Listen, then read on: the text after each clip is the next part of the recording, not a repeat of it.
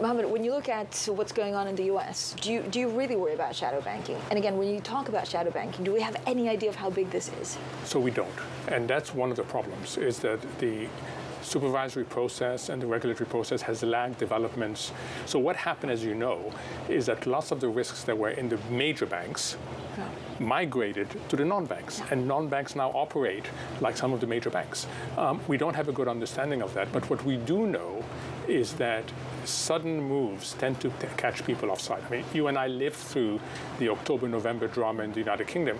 Who would have thought that the pension system could be, to quote Andrew Bailey, near meltdown? But it happened because interest rates moved so quickly. So there are significant fragilities in the non-banking sector, and we've got to figure that out.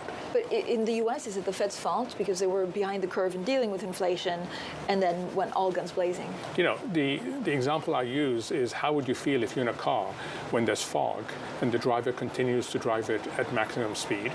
And then the fog, because they say the fog is transitory, it will lift. Then the fog thickens. They say, well, maybe it's not transitory, but they continue to drive quickly, and then suddenly they panic and hit the brakes. Do we expect accidents when someone drives like that? Yes, and we've gotten financial accidents. For me, it doesn't come as a surprise at all that the mistake of transitory inflation and the mistake of not moving fast enough to begin with, which then resulted in the massive increase, resulted in accidents. The hope is you don't get a big economic accident. Right, but so how can they readjust to that, right? So they've made the mistake. What do they do now? So the worst thing that they could do right now is to say, we have a credit issue coming, let's cut interest rates. If they do that, we will end up with stagflation and financial instability. I think President Lagarde was absolutely right when he says monetary policy, interest rates is targeted at price stability, and all the other tools we have, we target financial stability. Do not commingle the two. I think the ECB understand that, but the Fed is at the risk of commingling.